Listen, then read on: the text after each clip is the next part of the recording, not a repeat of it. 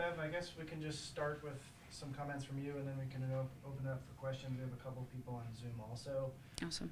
But just the season's hard to believe, but right around the corner. Yes. Just what's your thought process and mindset as you guys are 2 weeks out from starting back up? Yeah, obviously incredibly excited for the 2025 season to begin. Like you mentioned, it feels like it's flown by. When it first ends, it feels very long, and then very quickly can speed up. So incredibly excited for the start of the season, taking a lot of 2024 and some self-reflection as the head coach and as a staff. In ways that we can be better is incredibly important. I know it's no secret we finished 9th yet again. So the self-reflection process is going to be very important for us coming into this season.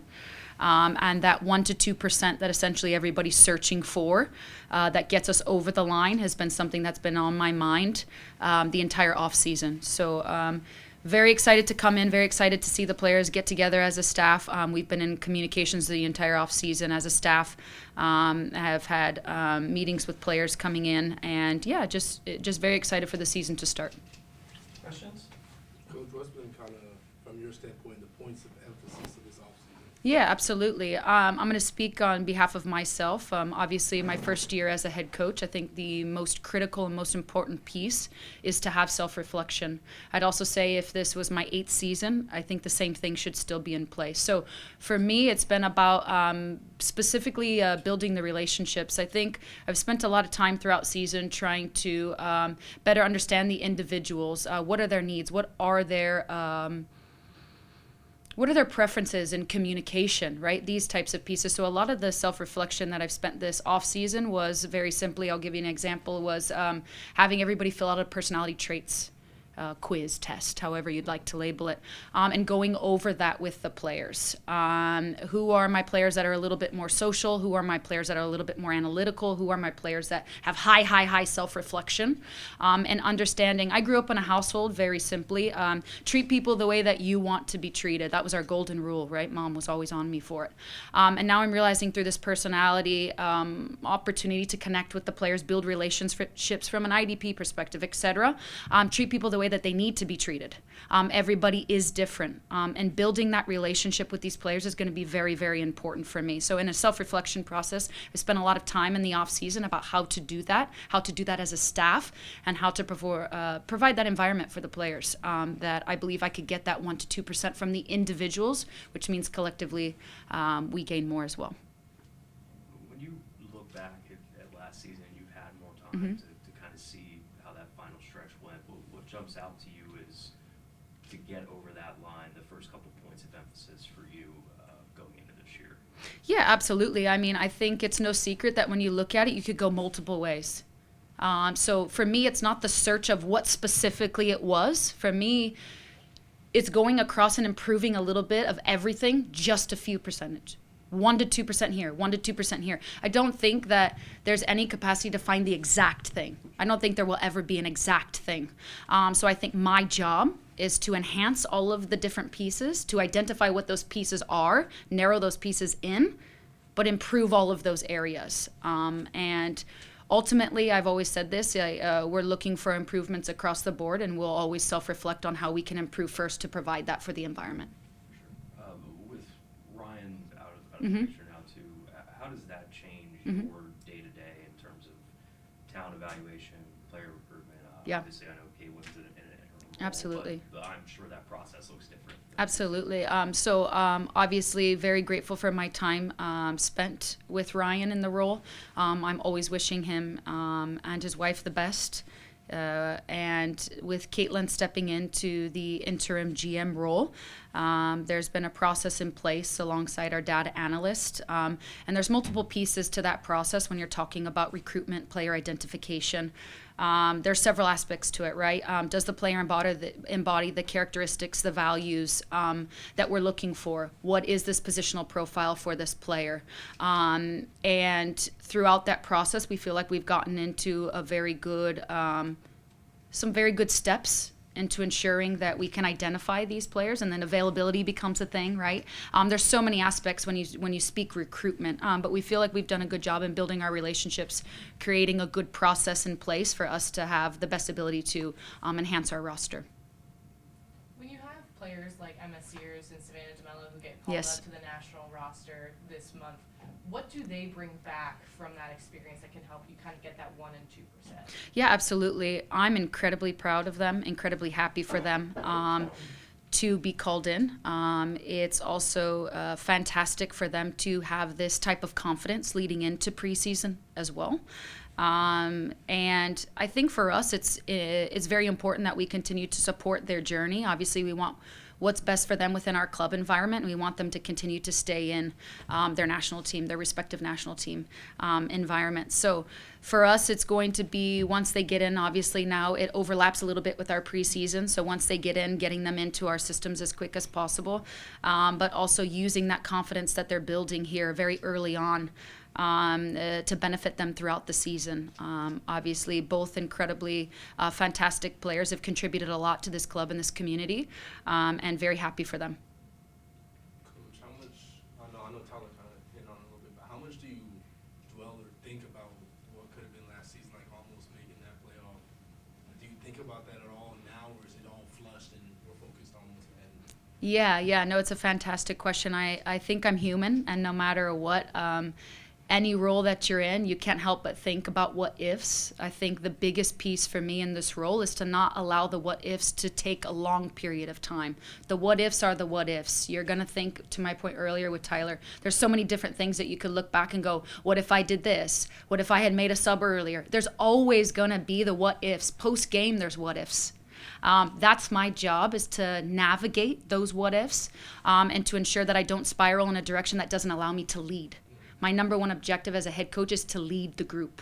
And that's where I have let the past be the past. I'm very aware that we have finished 9th yet again, and that's not good enough for us. And so, yeah, it's just been identifying those pieces, letting the what ifs be the what ifs, and how can I get that 1 to 2%. Yeah. Go ahead, Samantha. When you look back at last season, what do you think that you guys did right?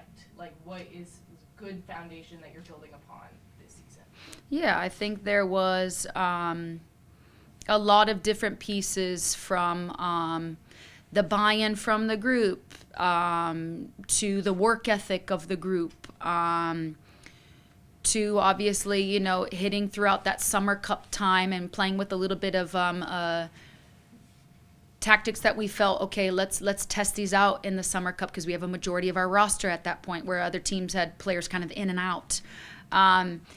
So I think there's a lot of right. And again, I think right now the biggest pieces are not this was 100%. We have a very good base. We have a very good team. We have a very bought-in team. We have very good people. We have a good staff. We have a lot of good. It's now upping everything. Like I'm talking about this 1 to 2% coming in, being very clear on the cultural expectations, enhancing the culture, and really feeling like we can go that 1 to extra 2% from any capacity to be able to get the results that we want this season. So that's the biggest piece for us, is creating, let's call it what it is. We all like to do, everybody says, do what you love for a living. It's fun, it's fun, it's fun. Winning is fun. Having a winning culture is fun. So that's going to be the biggest piece, yeah. Speaking to Sav specifically with the national team call-up, what do you think that does for her in terms of confidence and such? Because I think this is the first time she's been called up in a decent bit. For sure. I think it's massive for her confidence. And obviously it comes at a great time for her. So very excited for her, but also a great time for us. For her to come in with this type of confidence is going to be really important. And yeah, I think Sav, has been here with this club for some time now, and I think she means a lot to this community. She means a lot to this club. She's a fantastic player, and she's a very good person. So when you talk about role models, players, young people in the community that you would like. Obviously, I would say it about the majority, the whole entirety of our group.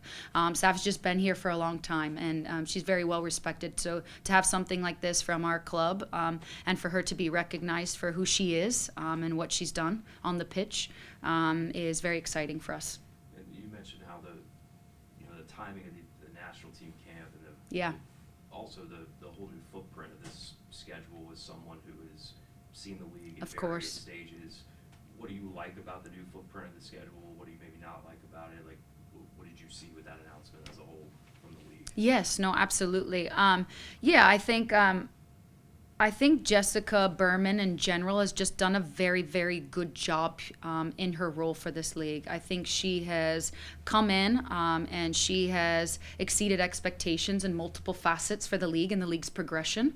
I think we're all aware women's sports, I've said this multiple times last year, it's at an all-time high. Women's football's at an all-time high. I think she's come into this league at a very important and crucial moment and has really progressed in ways that weren't highly unattainable. She's come in and pushed and pushed and pushed and pushed. So looking at the footprint, looking at kind of what the schedule will look like, obviously, I think it's continuing to progress this league in multiple ways. And I think it's always like slightly different in some capacity, and others it's pretty similar and familiar to what we are used to. But yeah, I'm excited for the season to begin. I don't think there's anything that I look at the footprint, I'm like, oh.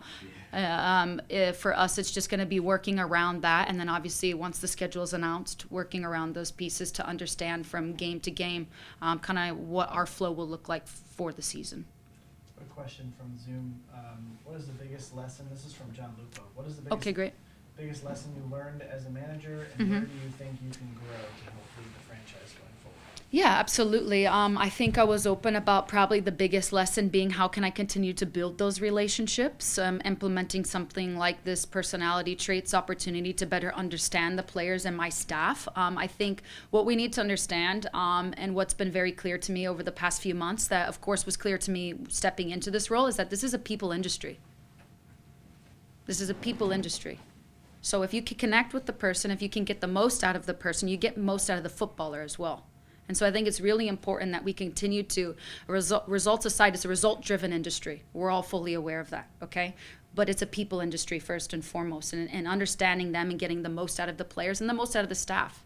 Providing as much clarity as possible, communicating as much as possible to make sure that we're all driving in the same direction and it just becomes a well-oiled machine. So that's exactly what I'm focused on for 2025. Do those connections have more importance in a club like Racing that has seen turnover from coaches to GMs and kind of just had that instability and they're not able to have that real stability with a long-term kind of person at the forefront? Yeah, and I think for me, it's for me personally being in this position that I'm in. First and foremost, when you talk about leadership, leadership is relationships. Leadership is the ability to create relationships. Leadership is the ability to make sure that there's clarity in what everybody should be doing. And that's always the biggest question. If you are very clear on what the role is, the execution will happen. Right? And so for me, I'm not focused on the turnover here, the turnover there. I'm focused on creating everything I possibly can for this environment and for everybody to just understand what their roles are. A question from Zoom. Peyton Skeels asks, how has the elimination of the draft impacted your approach to the season and preparation, if at all? And also just an update on Ellie Piquiamsa and her health. Okay. So the draft going away, it's a lot more, in my opinion, it's a lot more watching, deep diving into players, because the reality is when you're creating these buckets, and Sergio is our master in the college space. He's done a fantastic job for several years for this club. He's our goalkeeper coach who also works very diligently with the college athletes and understanding the college system. And we would previously build buckets off of, okay, we have this pick. Okay, here's the players that we believe will go in the first round off of our findings. Here's what we need positionally. And here's what we think who would go in the second round. Here's what we need positionally. If this player goes, I mean, we were in the draft reading a line. Okay, she's gone. Who's the next player that we would be interested in? Okay, so those types of pieces. But you're bucketing it based off of the reality of where your picks are. And you're almost predicting, right? You don't get it right, of course, not all the time. But you can somewhat guess in some capacity. Now it's all this. So now it's looking at so many more players, so many more conversations. We spent a lot, and I know Caitlin can attest to this, so we spent a lot of the off-season doing Zoom calls and getting to know individuals, presenting, obviously, the city, what the city has to offer, what our club has to offer, what our facilities look like. There's a lot more conversation without a draft because there's just more players. You have access now to the first pick. You have access now to the second pick. You have access now to the third pick, quote unquote. So it's just identifying what our needs are and being very specific in the positional profile we're looking for our needs, but also being very specific in the type of character we're looking for. So when I'm looking at these clips, and we have to understand this is a deep, deep dive. I'm looking at, okay, what are they doing defensively? Okay, this is an offensive player. This is the positional profile I'm looking for. What does she do when she loses the ball? What does she do when the closest player to her loses the ball? What is her reaction? What is the team's style of play? What are her expectations within the style of play? What's coachable? She's very good at this, this, and this. I can teach her this. This is coachable for me. This is not coachable for me. So there's a lot more to it because the pool, in essence, is just so much bigger now. But that doesn't mean that it's good or bad, or it just means that there's a different process that we're working through and understanding what the best way to do that is. And then LEP, she's doing well. She's continuing to progress, continuing to rehab. I spoke to her maybe 2 days ago when I had player calls. She's in a good space. She's excited to come back and continue her progression. Kind of jumping off that, the back line's obviously going to look different with Abby gone, Erin coming back. When you look at that group from a very early standpoint, what do you see as the potential for that back line as you continue to build it? Yeah, absolutely.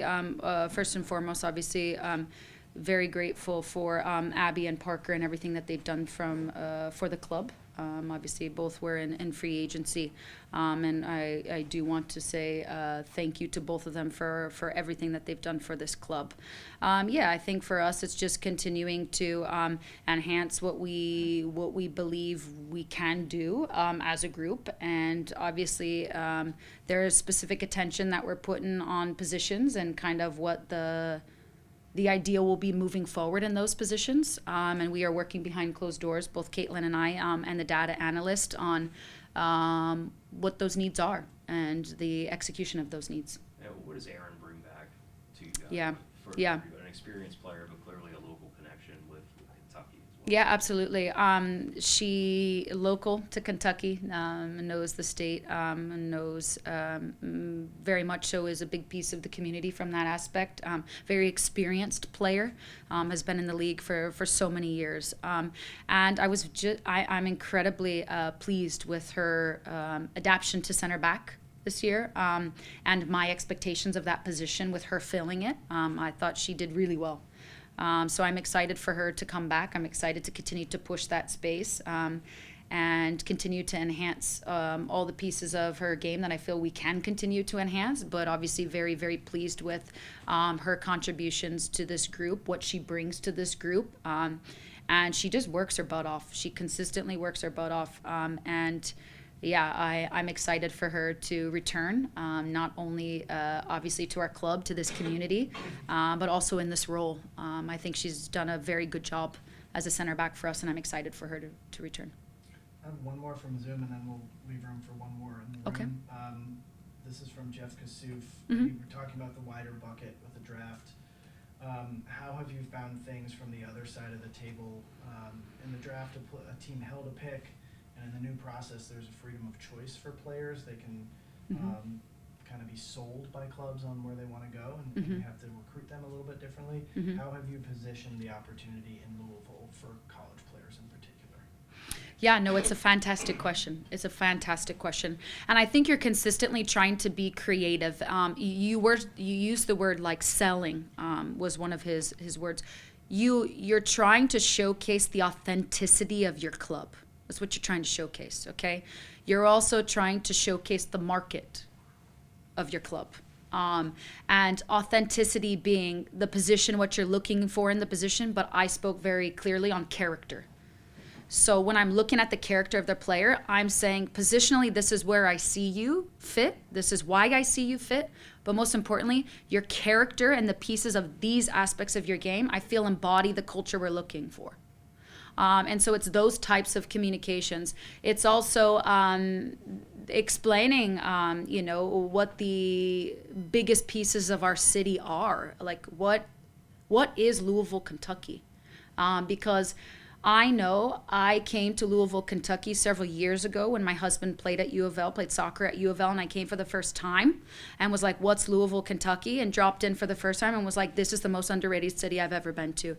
This is phenomenal, from the people to the food to the warm, family vibes that you get in the city. And I'm like, okay, I would like to keep coming back. Obviously, when an opportunity presented itself, I came back because I was very grateful to come to the city. So it's explaining what the city is when maybe not a lot of people know what Louisville, Kentucky is. I'm sure people have flown in and out of LA. I'm sure people have flown in and out of San Diego, or maybe had a stop in New York. So it's explaining what the city is and why we are so special. This is a very special city.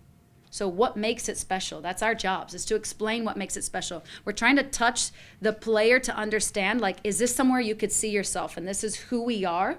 This is what we're looking to do, what we would like to accomplish. This is where we see you. This is why we see you here. This is the characteristics that we like.